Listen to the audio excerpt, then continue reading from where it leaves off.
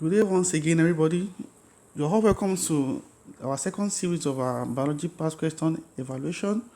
We shall be taking question number 3 and number 4 in this particular video. Sit back and relax. We have biology revision 2024 WAEC Past Questions.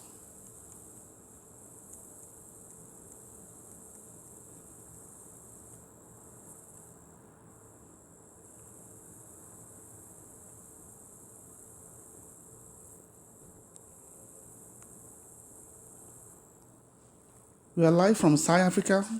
You're welcome once again. The question we have for number 3 is saying a piece of raw meat was left in an uncovered bowl for 7 days. A piece of raw meat. Question number 3. A piece of raw meat was left in an uncovered bowl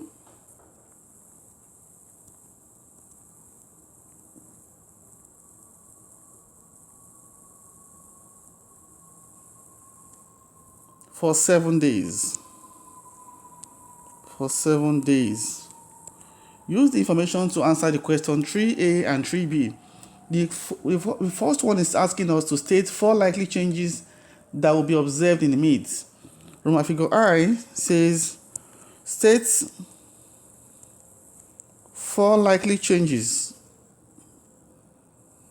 4 likely changes that will be observed in the meat. That will be observed in the meat.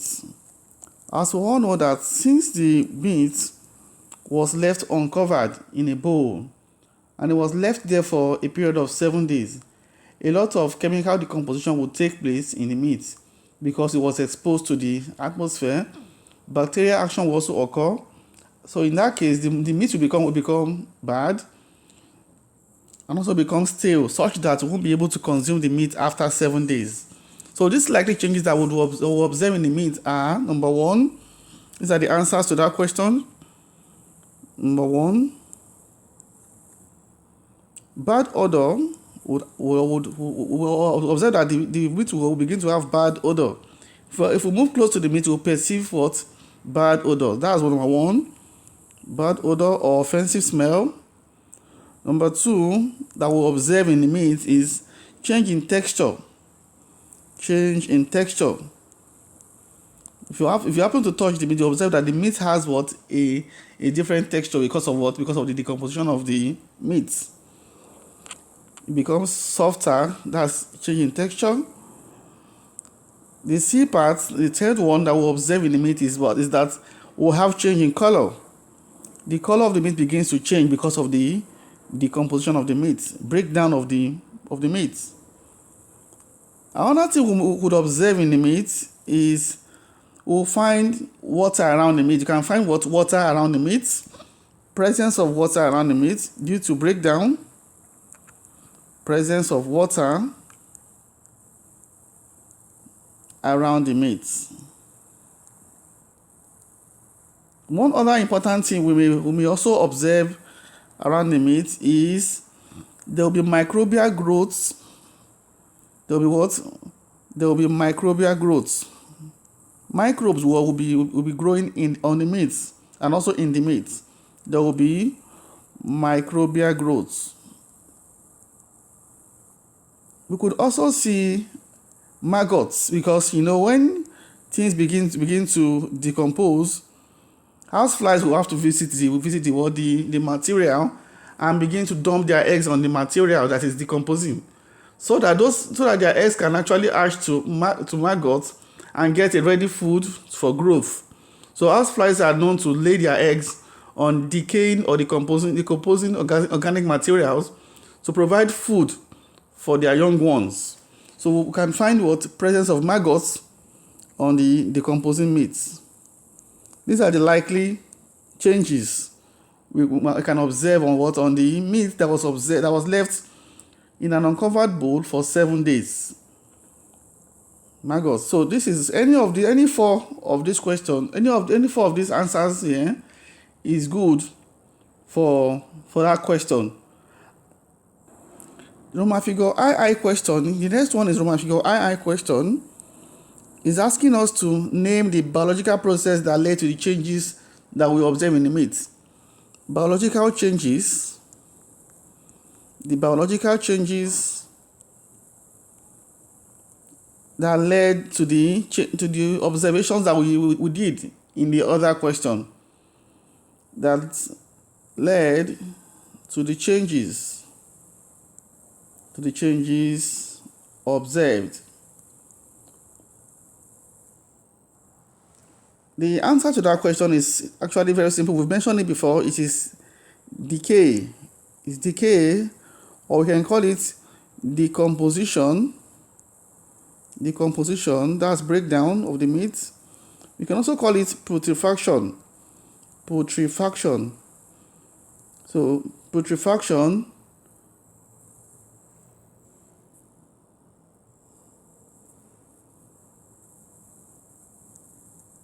any of this one is correct. Decay, it could also be decomposition or putrefaction. Any of this is correct. And this is what caused the meat to have the changes we observed in the previous question.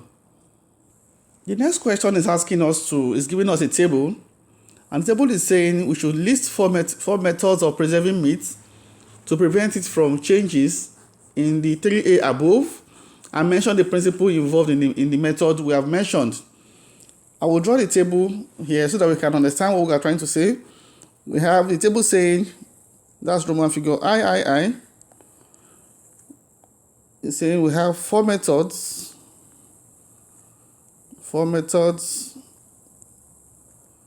of preserving meat.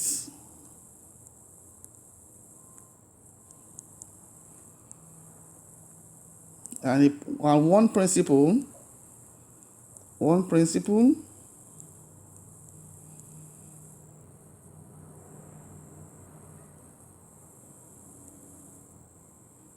involved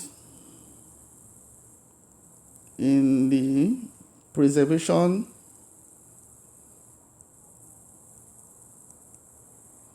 method. What this is asking us is that the meat we have described above that got bad due to exposure, if we don't want the meat to go bad, what are the methods we can actually use to preserve the meat? 4 different methods we can use to preserve that meat, and the principle involved in that preservation method we have chosen to write. So we're going to write 4 of them, and we're going to explain why each of them is useful to preserve the meat. So the first one we're going to do, first one is frying. If you actually fry the meat will not go bad. So one of the ways of preserving the meat from going bad is frying the meat. Frying. So what is the principle behind frying meat or frying food substances? What actually happens when we fry? So we can actually say frying involves dipping. One will dip foods in boiling oils.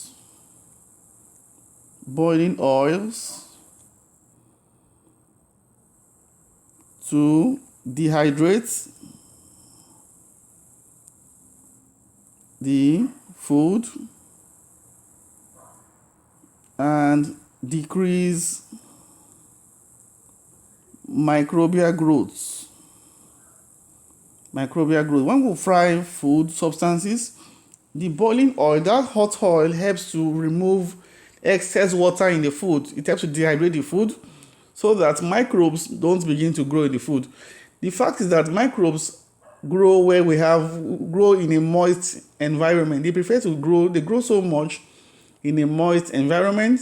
So when we dry our food substances, for example, the meat in this question, we happen to dehydrate or remove water in the meat, and that prevents the growth of microbes, and thereby we have preserved the meat. So that is the principle behind frying of food substances. This is very important. We need to note this because WAEC has a way of bringing this question again in another way. So once we understand the principle, we can actually understand any question of this nature that will happen to meat in future. So number 2, another method we can use to preserve the meat from spoilage is freezing the meat. When we put the meat in a freezer, we can actually preserve the meat like that. So what is the principle involved in freezing? Freezing helps to reduce the growth. It reduces the growth of microorganisms. Microorganisms are known to perform optimally at a particular temperature range. So when the temperature range is altered, they do not perform optimally. So when we put the meat in the freezer, that freezer reduces the temperature of the meat. In that case, the bacteria or the microbes will not be able to function at that particular temperature. Thereby, they won't be able to spoil the meat. So that's the principle behind freezing. The next one, which is done by most people because it's less expensive, this is also done in rural areas, is salting. Salting is the most economical among them. Salting, what does salting do? The principle behind salting is that the salt kills the microbes by increasing the osmotic pressure in the meat. Since we have added salt to the meat, there won't be osmotic balance in the meat. The salt there will kill the microbes, and since microbes also have a particular pH range in which they function. So when we add salt, we are trying to alter the pH so that the microbes there will not be able to function. At the same time, they might be endangered to prevent the meat from spoilage. Another method we can use to preserve the meat, which is also common, is drying the meat. What does drying involve? Drying involves the removal of moisture or water, removal of moisture contents to prevent growth of microbes.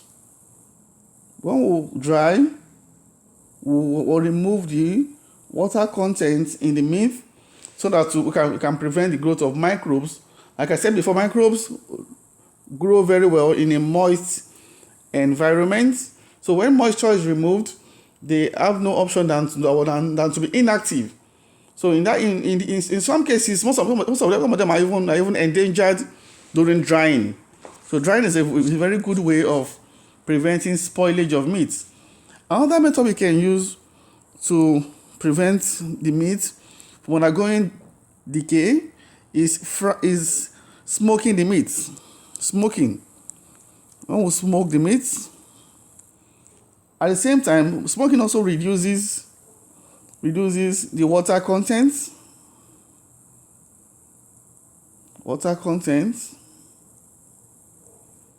of the meat. We should note that smoking and drying are not the same. Smoking helps to reduce the water content, while drying helps to remove the water content. So this is worthy of note. We can also go for canning, putting the food in a can. Canning, like we have a lot of canned foods. So those canned foods, most of them travel many months before they get to us, before we can consume them. So that canning itself helps to prevent the growth of microbes, and at the same time it also kills microorganisms under pressure. So what do we say? We write canning involves heating. It involves heating to kill microorganisms microorganisms in a vacuum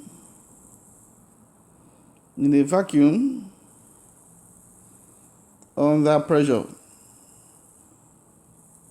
So many of these canned foods are they are free from microbial growth because of what? Because of the pressure in the can. So with this, we've answered the questions on methods of preserving the meat and the principle involved in preservation of the meats that we have written. So the next question we shall be taking, the next one is asking us to state 2 environmental factors that may be responsible for the changes in 3AI above. State environmental factors, that's my figure IV. Environmental factors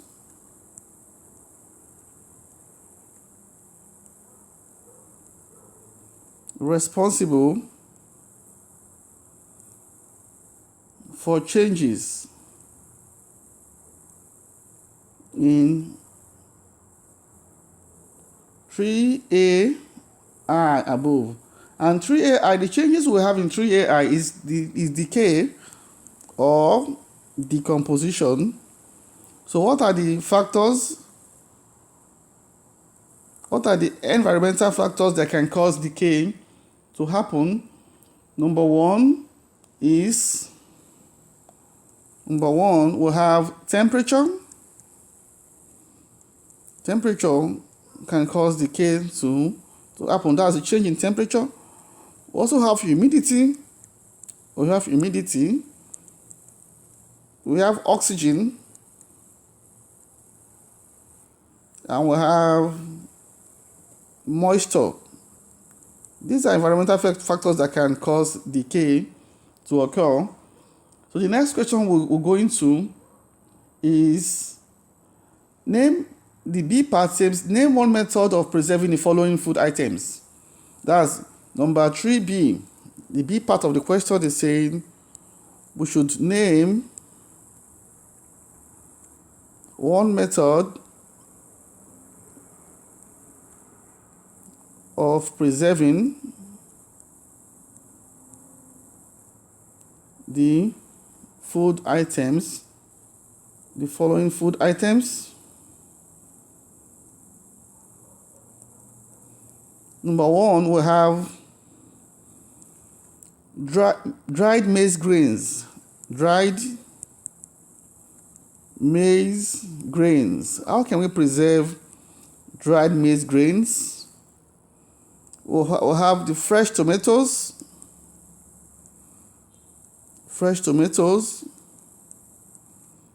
We also have here vegetables. We have vegetables. Then we have beans. How can we preserve beans? We have beans.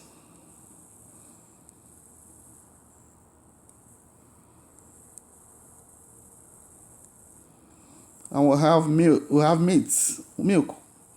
The last one is milk. How can we preserve all these food items? So we'll have the method of preserving dried maize grain is we have a couple of them. We can use sun drying. Sun drying is a good method of doing that. Sun drying. We can store in jute bags. Store it in jute bags. We can also do chemical treatments. These are ways of storing what? Dried maize grains from spoilage and attack of insects. The next one we have here is storage of tomatoes. How can we store tomatoes to prevent future use, to ensure future use? Storing tomatoes for future use, to ensure future use, we have number one, canning. A lot of us have used canned tomatoes. Canning. We can also use drying. We can dry it, and we can use freezing or refrigeration. freezing or refrigeration is another method of storing our tomatoes. The next one is vegetables. How can we store vegetables or preserve vegetables from spoilage? We have refrigeration. Refrigeration is a good method of doing that. We have drying.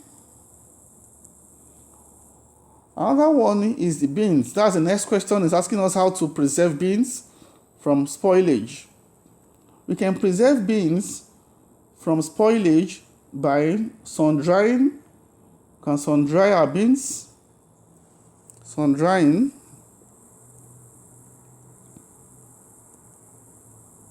We can do chemical treatments. Chemical treatments.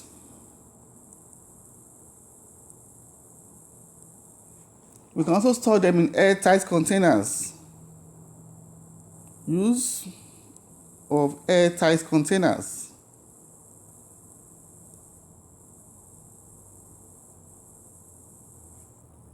Now, the last one we'll have here is milk. How can we preserve milk to avoid spoilage? We'll have pasteurization is a very good method. Pasteurization. We have drying. You can dry the milk. We also have canning. For each of these, WAEC is making it a compulsory thing for us to spell correctly before we can get our score. Spelling must be correct to score. So we need to mind how we spell our terms when we write exams in biology. So we are done with question number 3. In this particular question, that's number 3, we've treated a couple of things. The first thing we treated is about the piece of meat that was left in an uncovered bowl, and we mentioned the 4 likely changes that will be observed in the meat. We also mentioned the biological changes that led to the changes we have observed. Biological process, not changes. Biological process. We change this to process.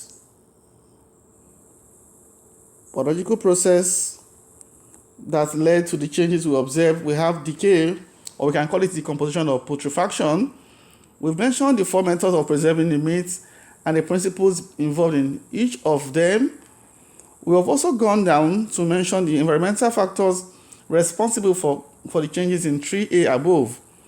And we've also done justice to mentioning the name of the preserving methods method of preserving some food items in order to prevent them from spoilage. So we shall go on to number 4, question number 4, 2024 WAEC examination, biology. For number 4, we have a table. Complete the table below by stating the type of cell division and the type of set of chromosomes for the listed cells. So we have a table like this. Cell. We have cell. We have type of cell division. Type of cell division. And we have set of chromosomes. Set of chromosomes. We're supposed to complete this table. So we have it like this.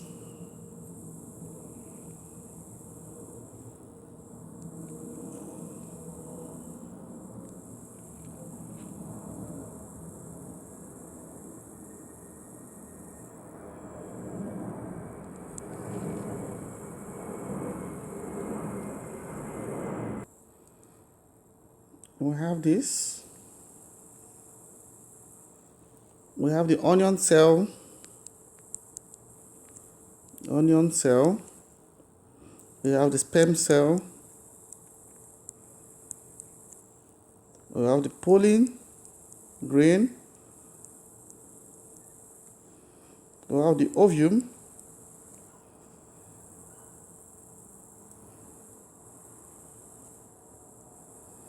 We have the guard cell,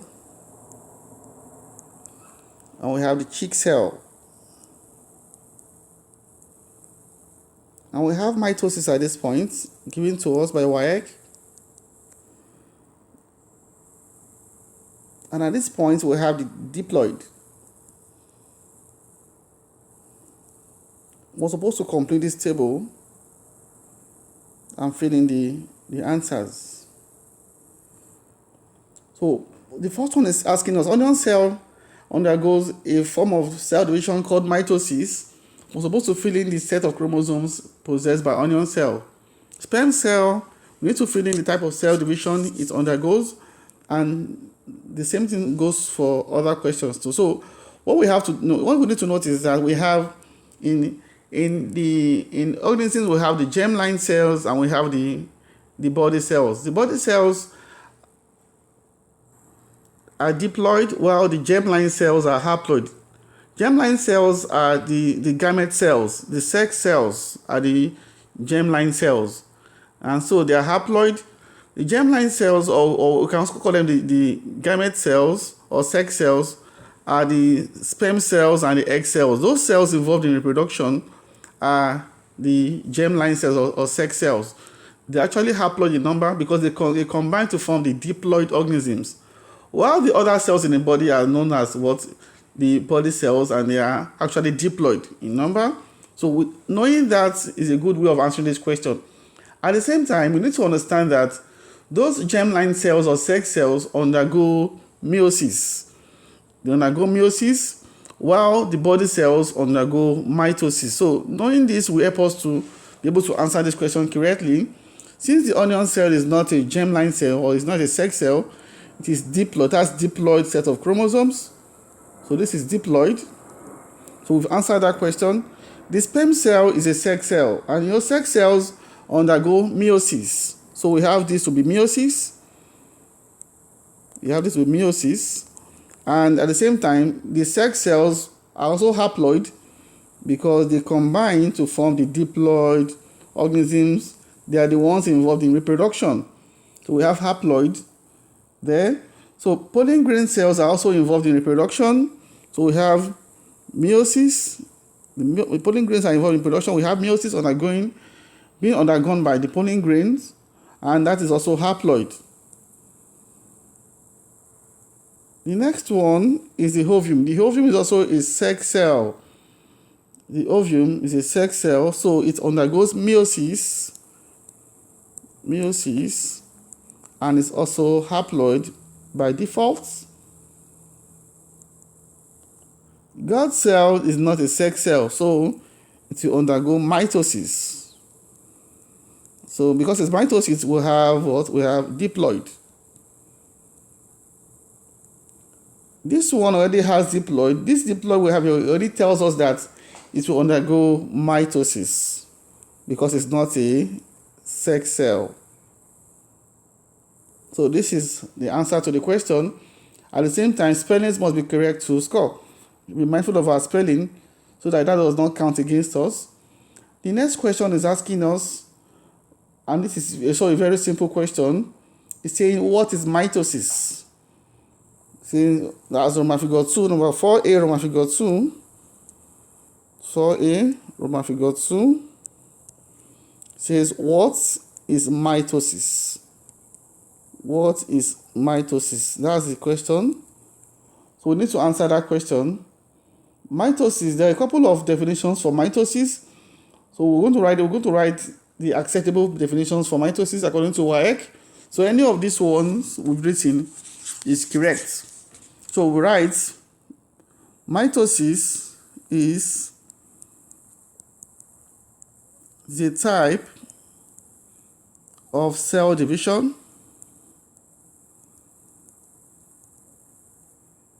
in which a cell replicates its chromosomes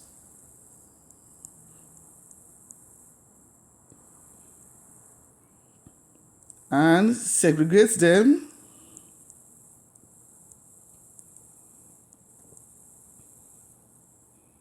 thereby producing two identical daughter cells.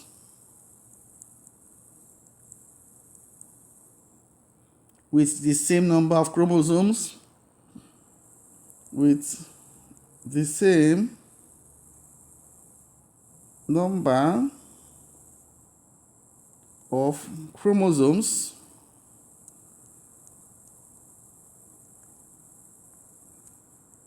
as the parents. We can also say mitosis is the process of cell duplication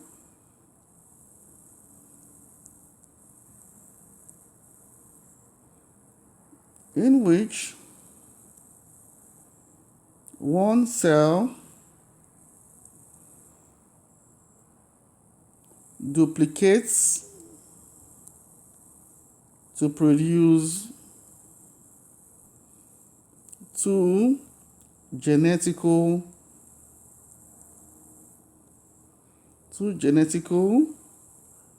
identical cells.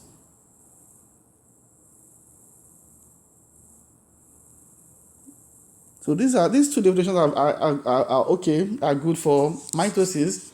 The point we should note here is that in mitosis, cell actually replicates itself or duplicates itself and produces two identical cells, like one cell splitting to form two cells, and each of them now has exact number of chromosomes as the parent cell.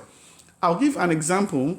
Let's assume a particular cell in the body has, like we know the human body cells, for human beings we have 46 chromosomes. So a body cell which has 46 chromosomes now divides into two, forming two daughter cells in which each of them also has 46 chromosomes. In this case, we're not saying they have 23 chromosomes, but what I'm saying is that each of them has the exact number of chromosomes as the parents. 46 for the first one, 46 for the second one, from a 46 chromosome parent. That is mitosis.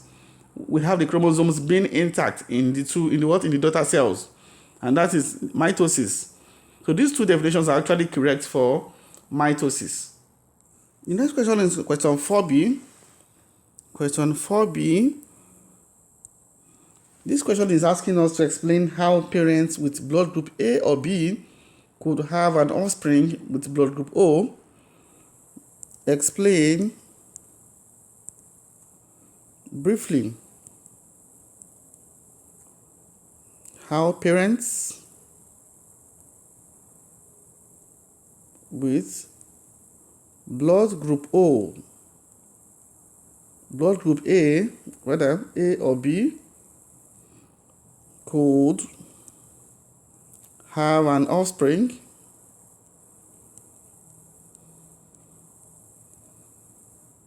with blood group O. So we have seen parents that have blood group A or blood group B giving birth to a child that has blood group O. So this is actually possible, but we need to explain how this is possible. This occurs when this occurs when, number one, parents with blood group A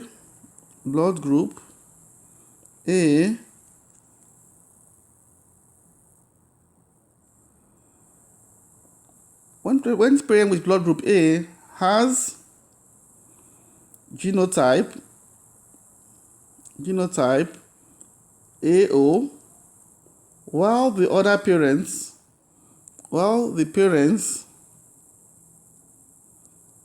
with blood group B has genotype BO. And the same, so we'll now continue by explaining. This is an explanation, but we'll have to bullet it.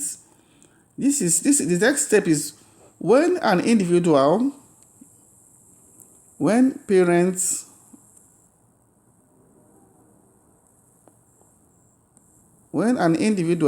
that's a parent with blood group AO mates with another individual, that's the other parent, with blood group BO, then we have the offspring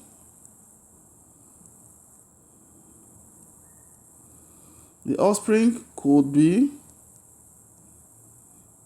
AB, BO, AO, and OO. Any of these could be found in the offspring.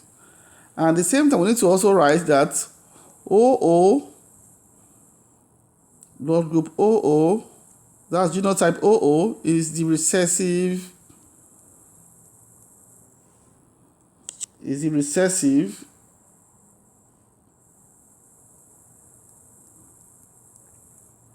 genotype of blood group O. It could also happen like this when both parents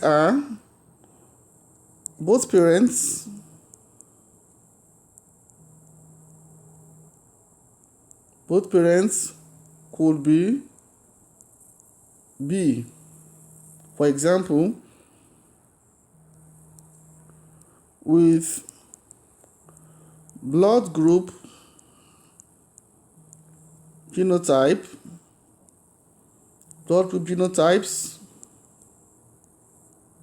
BO and BO. So we now write as the third point, when an individual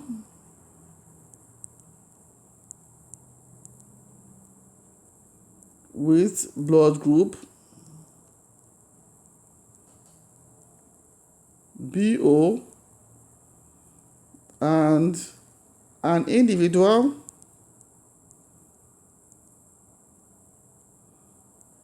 with blood group BO mates, the offspring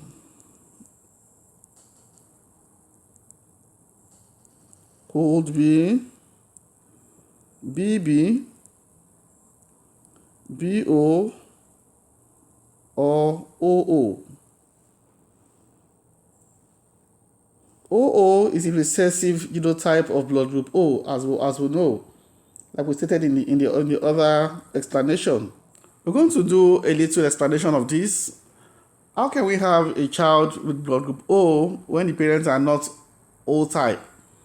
We said it could happen when one of them is AO by genotype and BO by genotype. We need to note that the blood group A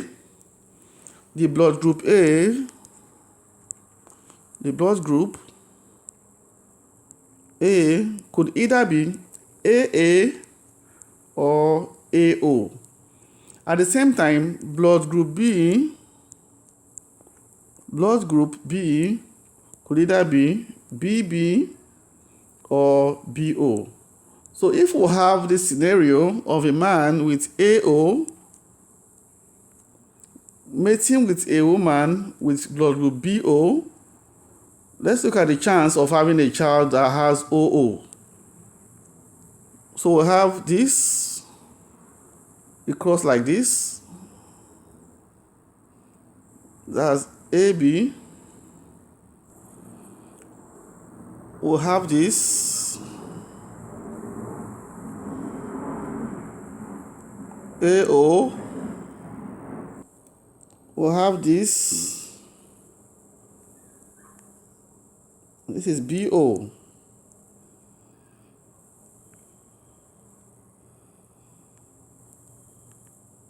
And we'll have OO.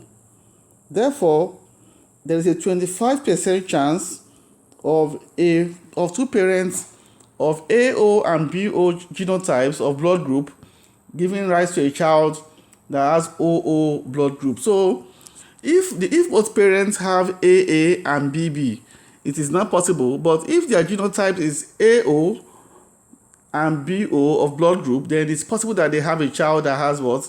OO genotype. Another one we explained above is say the case where we have father and mother BO and BO.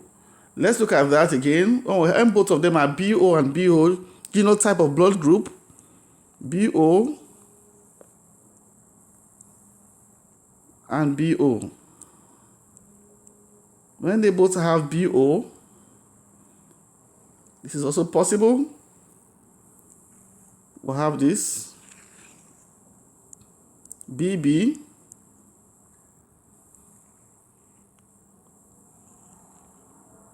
we have BO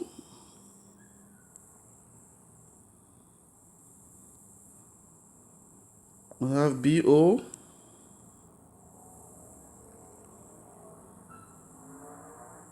and we have OO. So this is also a 25% chance of two parents with BO genotype of blood group giving rise to a child with OO. It's also possible with AO and AO. So this is the explanation for how two parents having blood group A or B could have an offspring with blood group O. So it is actually very possible. The last question on number 4, that's number 4C,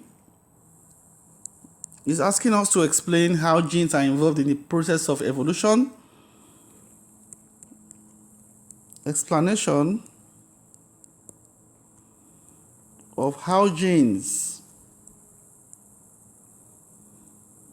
are involved in the process of evolution. How are genes involved in evolution? This is the next one we want to explain to us.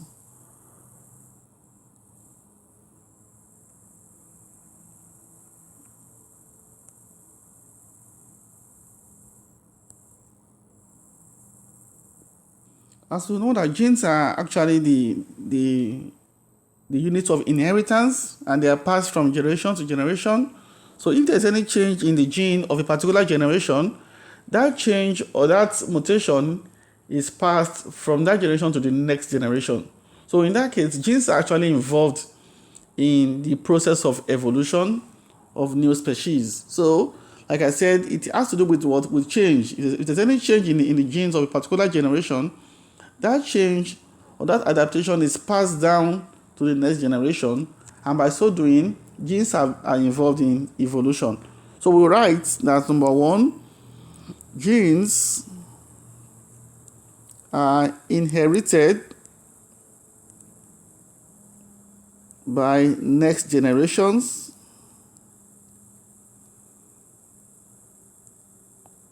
through reproduction.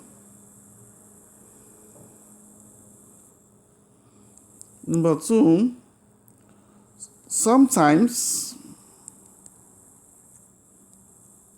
a mutation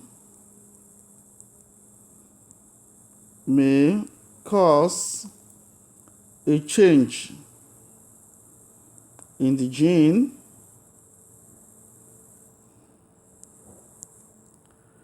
this mutation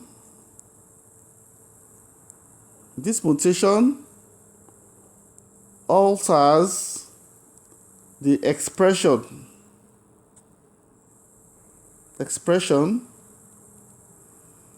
of a trait.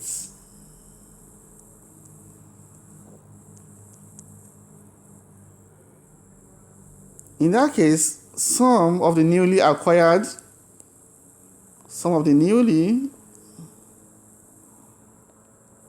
traits will make an organism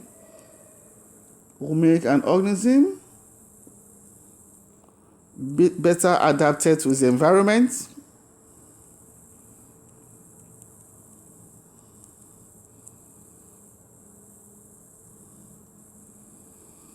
and in that, at the long run, The trait may be passed on to offsprings of different generations.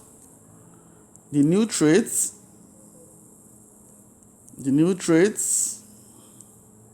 may be passed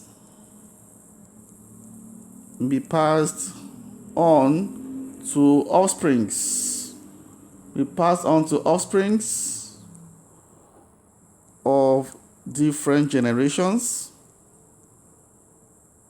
In that case, genes are actually involved in the process of evolution, because we now have a new offspring that is better adapted to its environment, courtesy of the new genes, or courtesy of the change in the genes of the previous generation.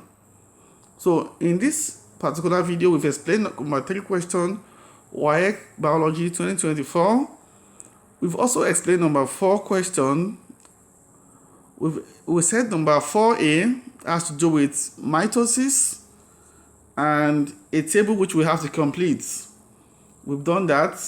We've done number 4a and number 4b. We've also done question number 4c. We hope that this explanation will help us to answer questions on WAEC, NECO, and our JAM examination, so that we can gain entry without hitch into the university. Thank you. Don't forget that in biology, we need to be mindful of our spellings, because in most cases, spellings must be correct to score. Thank you.